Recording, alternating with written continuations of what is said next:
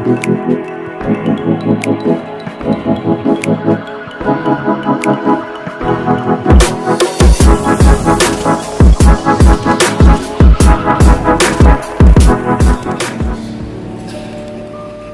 saya menyampaikan salam sejahtera untuk kita sekalian.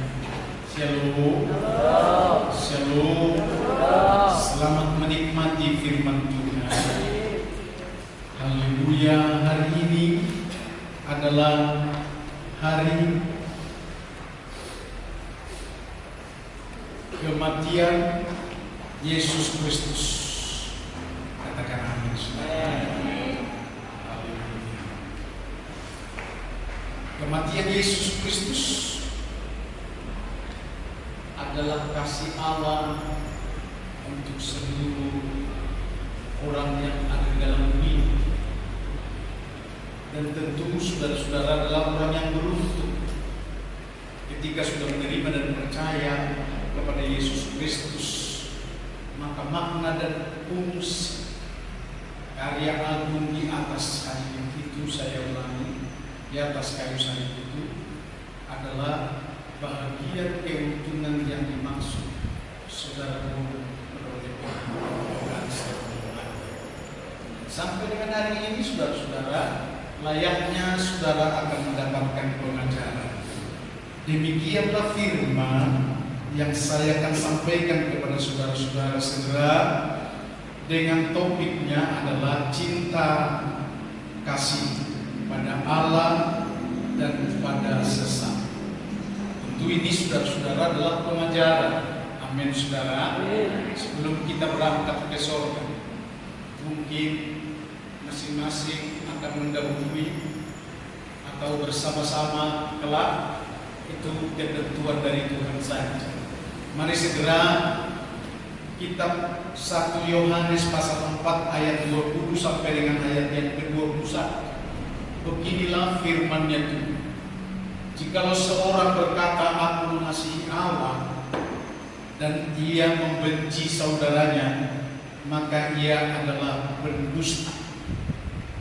Karena barang siapa tidak mengasihi saudaranya yang dilihatnya, tidak mungkin bisa mengasihi Allah yang tidak dilihatnya. Dan perintah ini kita terima dari Dia, barang siapa mengasihi Allah, ia harus juga mengasihi saudara-saudaranya. Shalom saudara.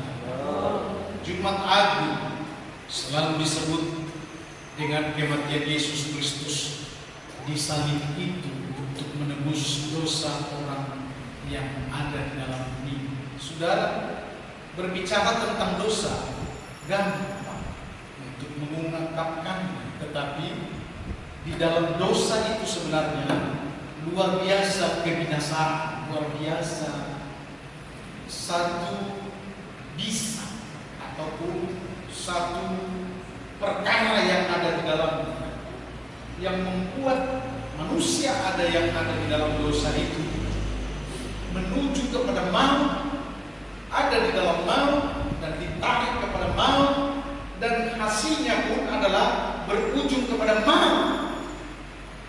Itulah dosa. Sebab itu Yesus datang untuk menyelamatkan dengan perjanjian dalam catatan firman dalam kebenaran, bahwa Dia adalah menjadi darah anak domba. Dengan kata lain, domba Allah yang dipersembahkan supaya darah itu bisa tercurah, karena darah itulah satu-satunya dalam perjanjian untuk bisa menghapus dosa itu. Itulah yang dilakukan oleh Yesus. Hari ini saudara-saudara, kenapa firman Tuhan yang berkata, karena begitu besar kasih Allah akan dunia ini, sehingga Ia mengaruniakan anaknya yang tunggal, Yesus Kristus, supaya saya katakan kepada saudara-saudara hari ini adalah supaya demikian. Amin saudara-saudara. Supaya setiap orang yang percaya, makanya saudara-saudara harus percaya. Dalam hal percaya itu adalah bekerja untuk Tuhan dalam setiap firman, supaya percaya, maka diberinya kehidupan kekal bagi setiap orang yang percaya. Saudara yang dimaksud, supaya hari ini kita sebenarnya harus menghargai, memberi nilai yang besar tentang soal keselamatan itu, karena kita diberi kehidupan kekal selama-lamanya.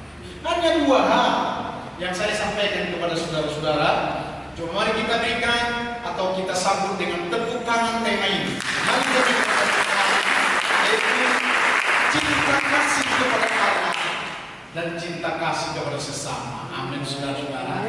Supaya tidak ada lagi permusuhan, melainkan adalah meneruskan bagaimana perdamaian yang sudah dibuat oleh Yesus Kristus ke dalam dunia, supaya kita jangan ada di tengah-tengah gemelut itu, saudara-saudara, yang hampir sama seperti orang dunia. Yang pertama, saya sampaikan kepada saudara, cinta kasih dan pengampunan dari Allah harus kita akan teladani. Shalom, saudara. Mana cinta kasihmu kepada Allah yang seharusnya kita akan kerjakan? Amin, saudara. Ada banyak orang hidup tak mengerti tentang hal itu, sehingga yang dilakukan adalah cinta kepada dirinya sendiri. Shalom, saudara. Orang lain pasti dia benci. Kenapa? Karena cinta kepada diri sendiri itu sangat membahayakan tentang percaya kita kepada Yesus Kristus. Karena pengorbanannya adalah cinta akan manusia. Cinta akan manusia. Sekali lagi, cinta akan dunia, orang-orang yang ada di dalam dunia. Hanya makhluk ini, yaitu manusia, saudara-saudara. Yesus tidak cinta kepada hewan. Dia hanya cintakan itu adalah supaya mengasihi saudara juga sebagai manusia. Dengan firman Tuhan itu berkata begini, maka itu semua serahkan kepada manusia untuk mereka berkuasa atas burung-burung, atas ikan, atas binatang-binatang, atau makhluk yang ada selain daripada manusia itu adalah dikuasai kepada saudara-saudara. Saya hanya mengarah kepada saudara-saudara untuk fokus adalah bagaimana sebenarnya cinta kita kepada Allah. Amin, saudara. Shalom. Cinta kepada Allah, jika kita mendengarkan firman Allah, tak sedikit pun diabaikan. Dengan kata lain, bahwa firman itu pasti didengar.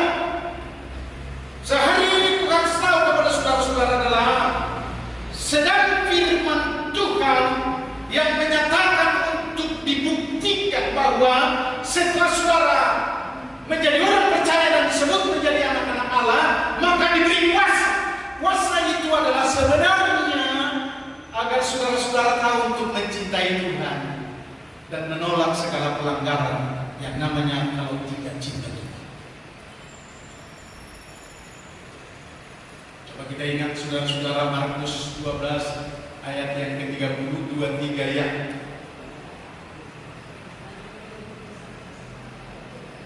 Kan? Cuma ibu mana kan? Mari, 2, 3 ya.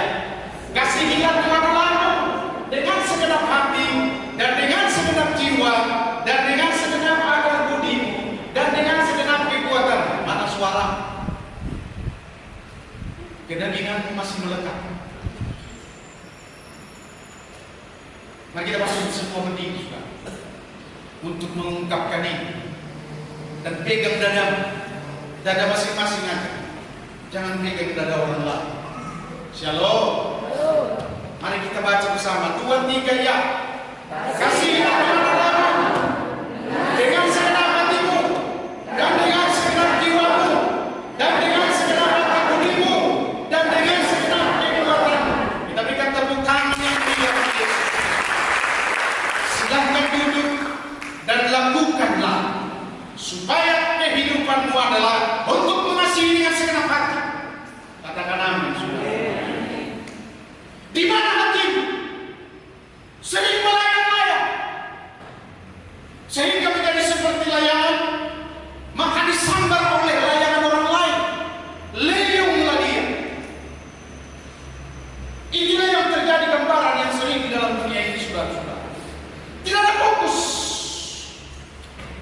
Yang biasanya ialah bangun pagi, dia harus memikirkan cinta Tuhan. Apa yang mau dilakukan?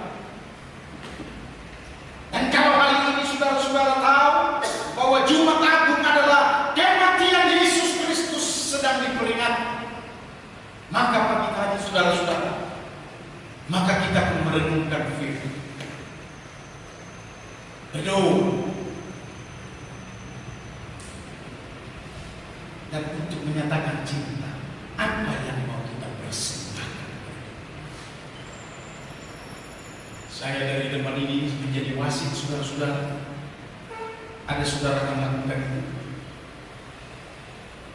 sehingga saya hari ini di depan mimbar ini pasti memberikan duit karena kesalahan. Banyaknya manusia terlena dan hanya cinta kepada diri sendiri dan cinta kepada kebiasaan-kebiasaan yang menarik dalam diri. Hari ini saya akan tegas bahwa kita harus mencintai Tuhan dengan segenap hati. Amin, saudara. Mari kita berikan tepuk tangan. Saudara tidak perlu dihajar, karena saudara adalah mahasiswanya Tuhan, yang artinya punya pengertian arti bahwa apa yang disebut dengan segenap hati. Oh, shalom saudara. Shalom. Segenap hati. Jika kita hidup 52 kali 100 tahun berarti 5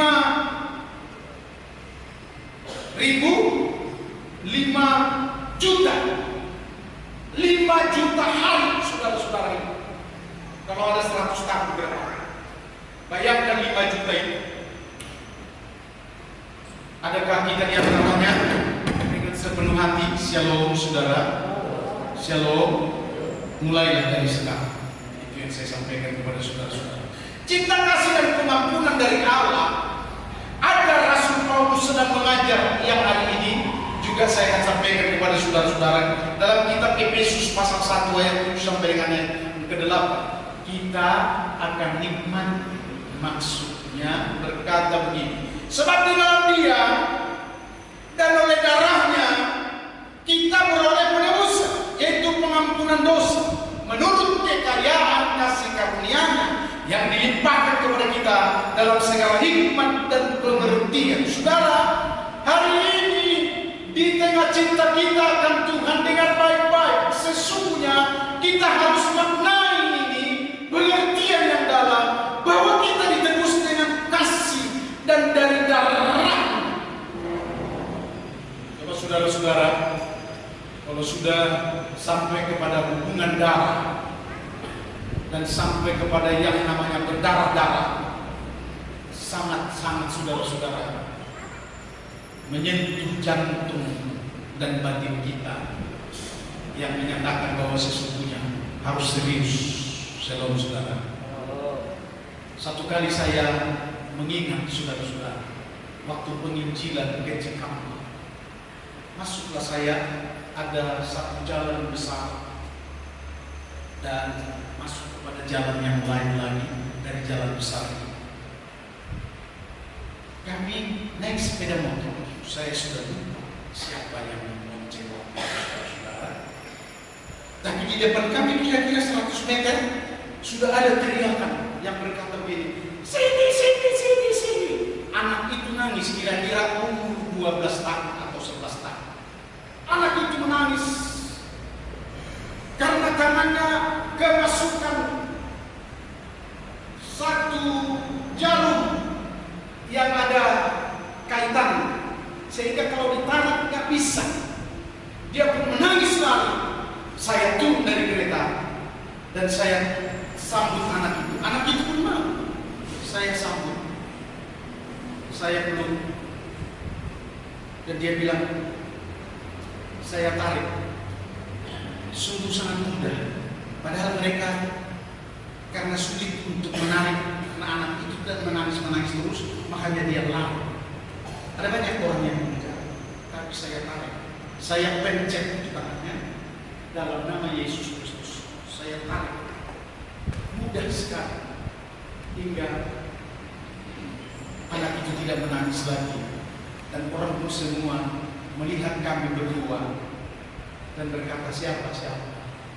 Lalu saya beritahu, saya pendeta Marulian Biasa. mau melayani datang ke rumah kita. Itulah yang pernah terselenggara, saudara-saudara. Satu kali penginjilan saya yang ada di Cikampek. Yang mau saya beritahu saudara-saudara, bahwa betapa getar-getirnya satu kampung hanya karena darah yang tercurah. Sementara jarum itu, jarum besar, jarum bumi itu, entah jarum apa itu saudara-saudara, besarnya belum tercampur dan ada di dalam tangan anak. Selesai. Yang saya harus katakan kepada saudara-saudara, satu kampung menangis dan mengejar itu anak di tengah tiada. Ada darah yang tercurah. Siapa bilang kalau setiap orang sebenarnya adalah kalau melihat darah jantung?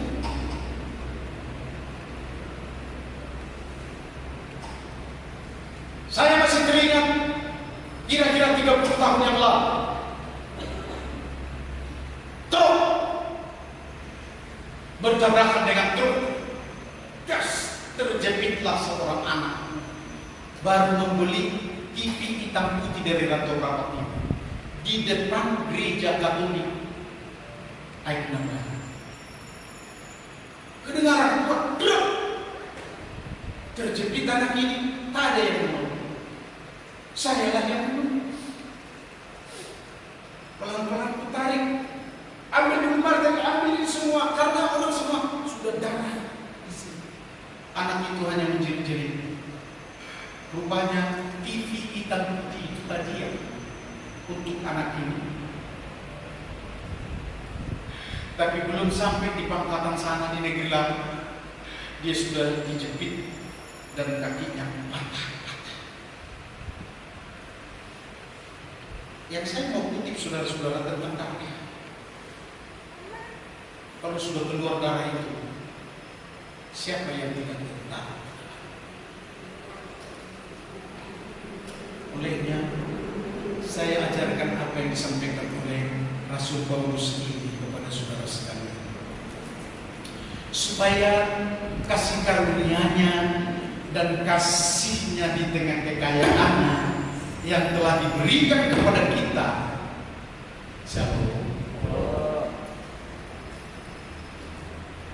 kita terima, kita hargai,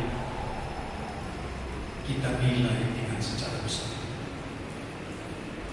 Oleh darah itulah penebusan, keselamatan, dan kita beroleh kehidupan kekal dalamnya. Mari kita berikan tepuk tangan. Supaya di tengah kehidupan kita ke depan, saudara-saudara, saudara hidup bukan untuk dirimu sendiri. Amin, saudara. Sekaligus saya harus beritahu, janganlah saudara hidup hanya hidup untuk keluarga. Kontak-pantik. Sehari-harinya tidak ada berkata syukur Tuhan, memuji nama Tuhan, dan menerungkan ayat itu untuk membesarkan imannya dan membuat segenap hatinya sesungguhnya sedang mencintai Tuhan. Tidak ada. Syukurlah hari ini aku lihat wajah-wajah saudara-saudara sebagai jemaat Tuhan yang akan berubah ke depan. Mari kita berikan tepuk tangan. Sayang saudara-saudara, kalau manusia itu hidup untuk dirinya sendiri. Ketika saya melihat atau membuat satu survei di saudara-saudara, banyaknya orang yang bergereja tidak pernah mencintai Tuhan dengan segenap. Makanya Rasul Paulus sama dengan pandangan saya, hingga dia berkata begini, janganlah kamu menjadi serupa dengan orang dunia, tetapi berubahlah dengan akal budi yang sehat. Yang sehat itu adalah bagaimana segenap hati kita untuk Tuhan. Jangan karena pembagian nasi bungkus ada di dalam gereja, saudara pun bersungut-sungut, tidak boleh saudara-saudara tidak datang ke waktu. Bukan di sini. luar sana. Shalom saudara. Inikah cinta Tuhan? Ini namanya cinta tempe.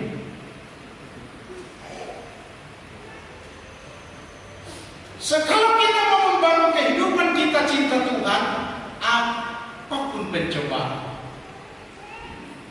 apapun tantangan, sekalipun kantong kita tidak penuh seperti biasanya, namun aku akan bersorak-sorai walaupun kambing domba atau pertanian saudara-saudara atau pekerjaanmu atau mengalami kerugian di tengah pesta atau sesuatu yang dikerjakan ke depan dengan baik-baik, tetaplah akan katakan seperti firman yang memberikan pengajaran, namun aku akan bersorak-sorai di dalam Tuhan, beria-ria di dalam Allah yang menyelamatkanku.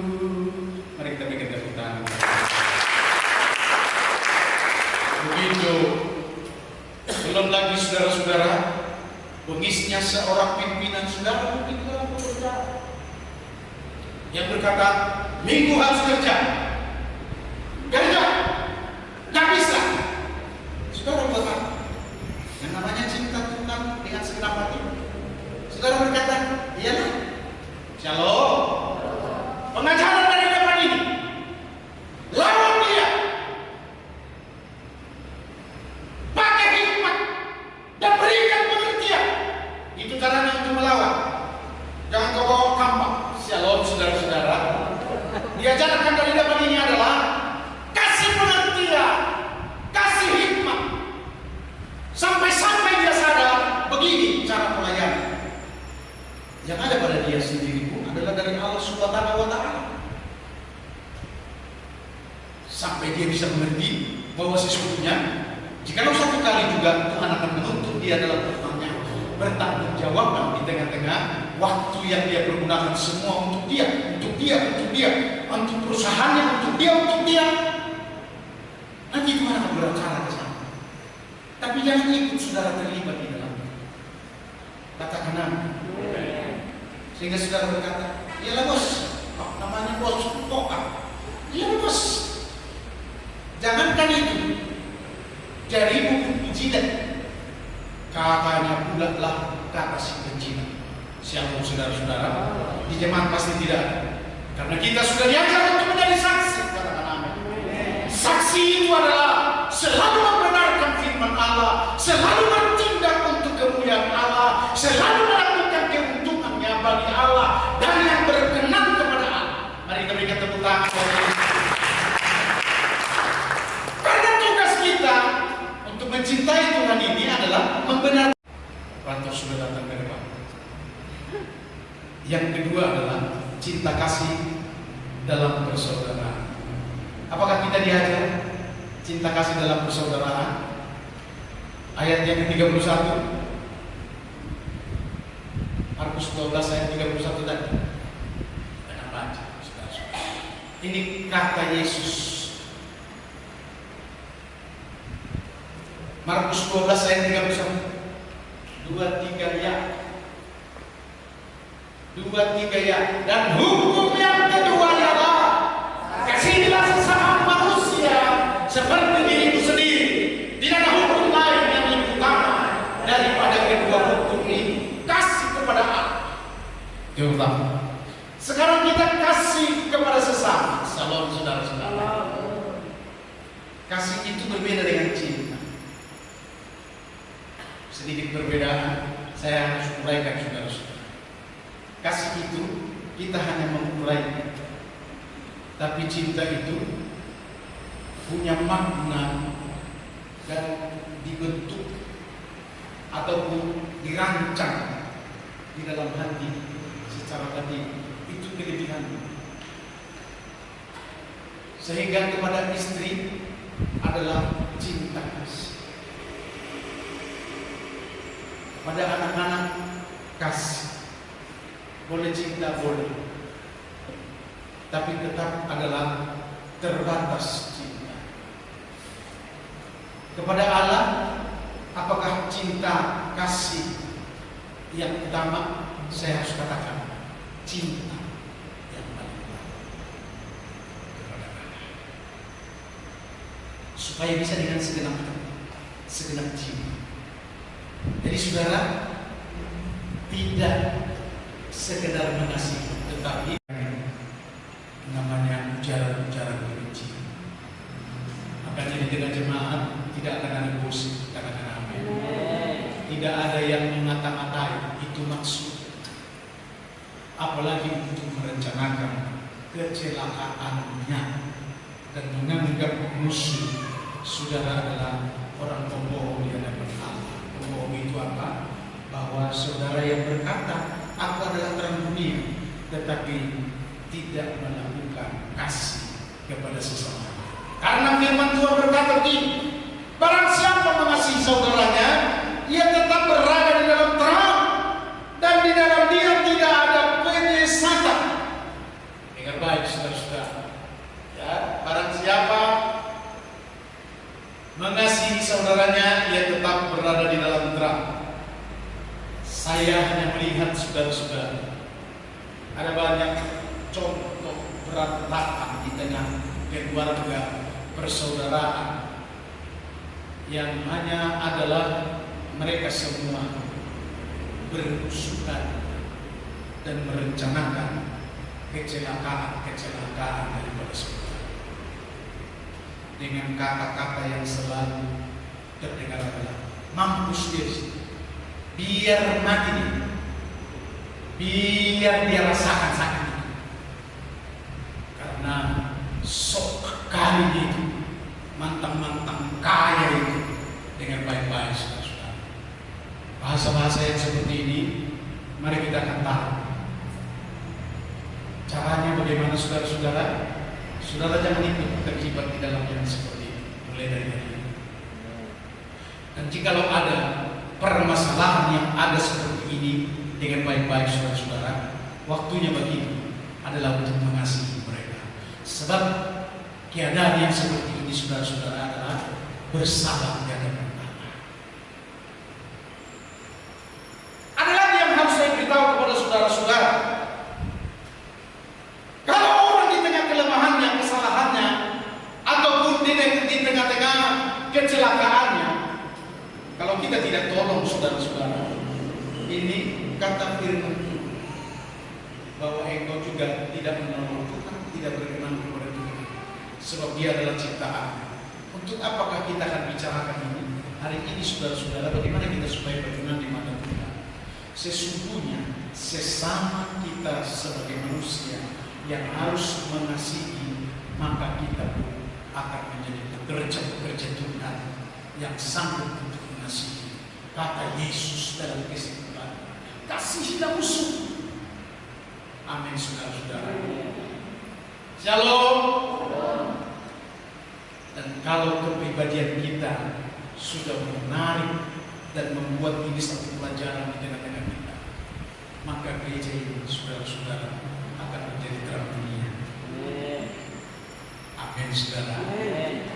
Gereja dalam pelayanan kita ke depan akan menjadi terang yang bercahaya. Karena sesungguhnya untuk itulah saudara dipanggil hari ini. Kalau saya boleh katakan kepada saudara-saudara, di tengah-tengah kemanusiaan ini, bagi setiap juga mereka tokoh-tokoh ataupun mereka hamba-hamba Allah selalu untuk mengajarkan supaya saling mengasihi. Saya ambil satu contoh. Di dalam adat istiadat orang Batak sebenarnya diajar untuk mengasihi. Ada dalihan atau kasihi sesama, yaitu dalihan atau itu berkata begini. Saya bahasa Indonesia, elek marbur, ya, kasih dengan lemah lembutlah kepada setiap wanita ataupun perempuan yang ada di dalam orang Batak. Mana mardomat itu, ya, hati-hatilah saudara-saudara. Diajar, bukan tidak diajar, tapi banyak mengajar. Shalom saudara-saudara yang selalu berkata begini, rabas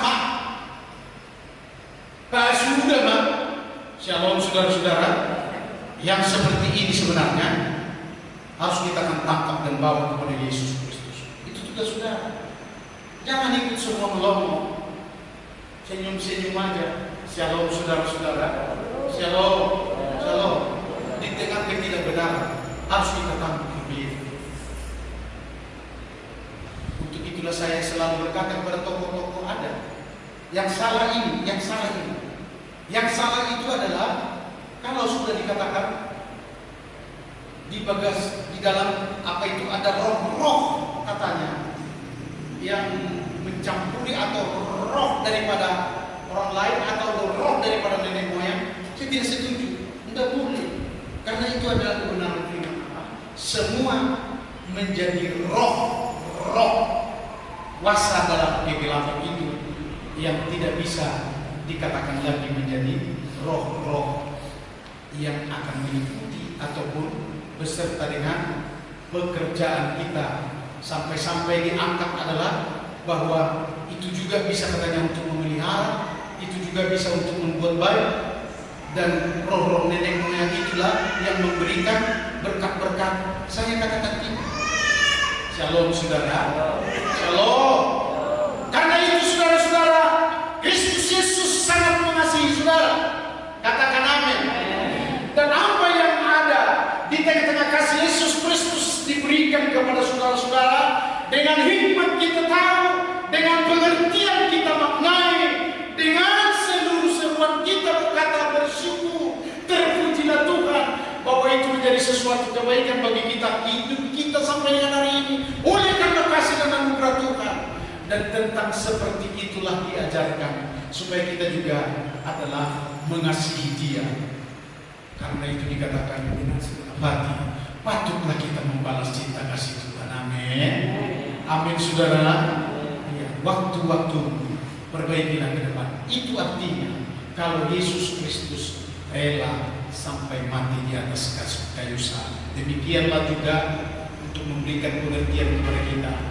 Jumat Agung, kematian Yesus Kristus adalah gambaran bagi kita siap berkorban untuk Tuhan dan untuk sesama. Amin firman Tuhan. Mari kita mengangkat pujian kepada Tuhan.